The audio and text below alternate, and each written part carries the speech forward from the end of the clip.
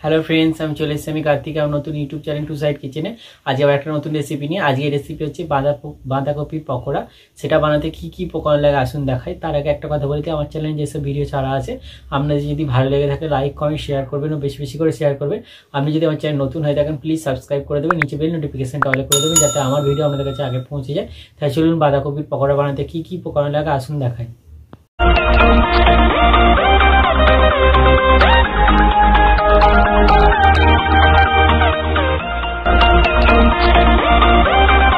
চলুন তাহলে বাঁধাকপির পকোড়া বানিয়ে দেখাবো। সেটা বানাতে কি কি উপকরণ লাগে দেখিয়ে দিই। তার আগে একটা কথা বলে দিই, ভিডিওটা প্রথম থেকে শেষ অবধি দেখার অনুরোধ রইল। তাহলে চলুন রেসিপিটা শুরু করি।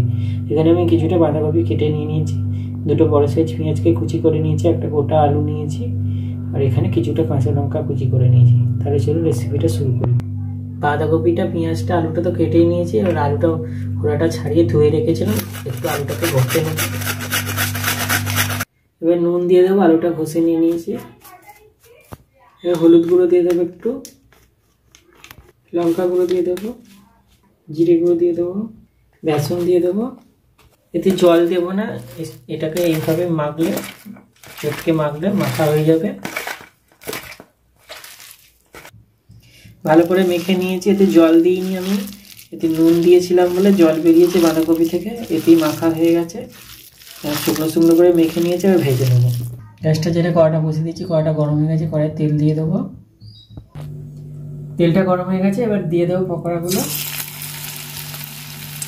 দিয়ে দিয়েছি, এবার উল্টে পাল্টে লাল লাল করে ভেজে নেবো। বাঁধাকপির পকোড়াগুলো লাল লাল করে ভেজে নিয়েছি, এগুলো তুলে নেবো। এইভাবে সবগুলো ভেজে নেবো। দেখুন আমার বাঁধাকপির পকোড়া রেসিপিটা রেডি হয়ে গেছে। এই রেসিপিটা যদি আপনাদের ভালো লেগে থাকে লাইক কমেন্ট শেয়ার করবেন ও বেশি বেশি করে শেয়ার করবেন, আর প্লিজ সাবস্ক্রাইব করে দেবেন, আমাদের পাশে থাকবেন। চলুন তাহলে দেখা হচ্ছে নেক্সট ভিডিওতে।